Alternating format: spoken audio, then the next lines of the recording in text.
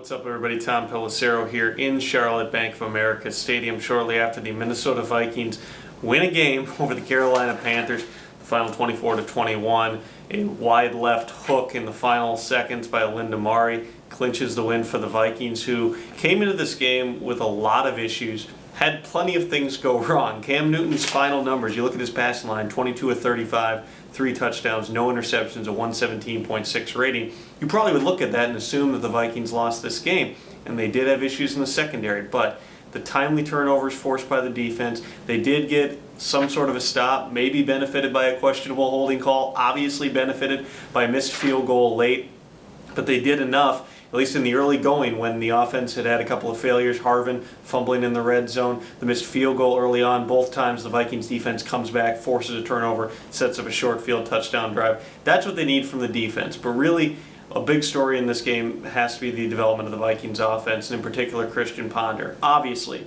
they ran the football well with Adrian Peterson in the second half. They didn't really run it very well at all in the first half, but you're continuing to see this development from week to week of Christian Ponder and what they're able to do with him. He threw for a higher percentage on first and second down today than he did last week. On third down, I believe he was 9 of 10. I got to recalculate the numbers, but high percentage passing on third down again. Continues to find ways to get away from pressure at times. He did get sacked 4 times in this game, so not to the degree he did last week. But talking with both young guys and older guys, veterans in that locker room, it has given the Vikings a lift. Guys saw the things Christian Ponder was able to do last week, getting away from the Green Bay Packers, continuing to make things happen in a difficult situation. Multiple guys, Donovan McNabb kind of mocked this word in an interview the other day, but multiple guys have said, Ponder is a spark. It's the one position at which you can make one change and it can really change sort of the entire mindset of the team, but more important, what it does for the Vikings offense, and you're seeing it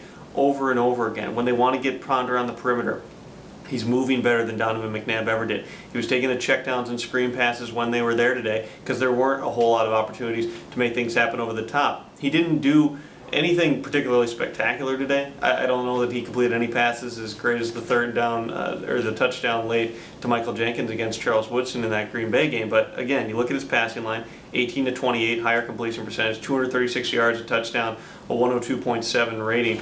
And the way that kind of set up and goes back and forth with what they were doing once they did figure out what to do with the running game. They were experimenting with a lot of stuff, some out-scouted stuff, things I haven't seen before in the first half of this game. In the second half, they kind of went with that inverted wishbone.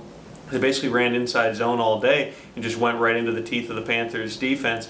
And what Ponder was able to do then was use some of that play action, take these short passes, take the high percentage passes. He missed some guys in the early going, without a doubt, but the thing the guys notice and the thing the veterans notice in the huddle is he's the same guy every series, same guy on the sideline. Leslie Frazier said he's even telling guys, follow me. I want to be the leader on this team. For a 22-year-old guy, a rookie quarterback and only his second start, to be doing that, it's obviously a positive sign. Frazier also probably put it best.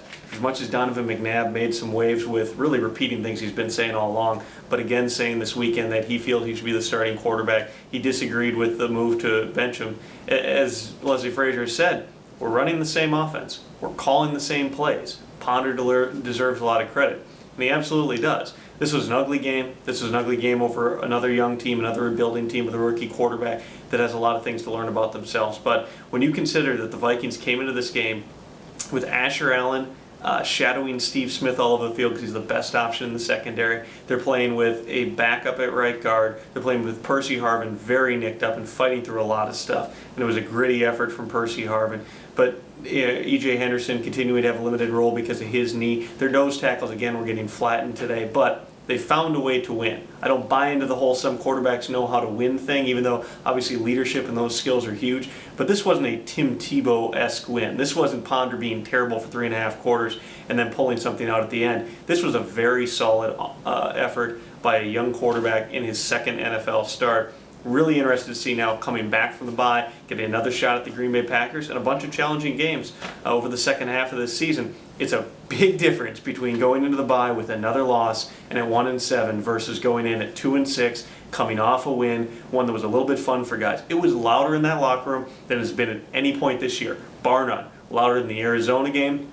Guys were amped up. This was a close game. They finally had something go their way. And as Steve Hutchinson said as he was running out with Leslie Frazier after the game, hey, Coach, see, we're not cursed. at least for today, they're not cursed. I'll be back in Minnesota later on tonight. Judd Zogat will be out there tomorrow at Winter Park, and I will be breaking down the tape. Full coverage, as always, at 1500ESPN.com. We will see you.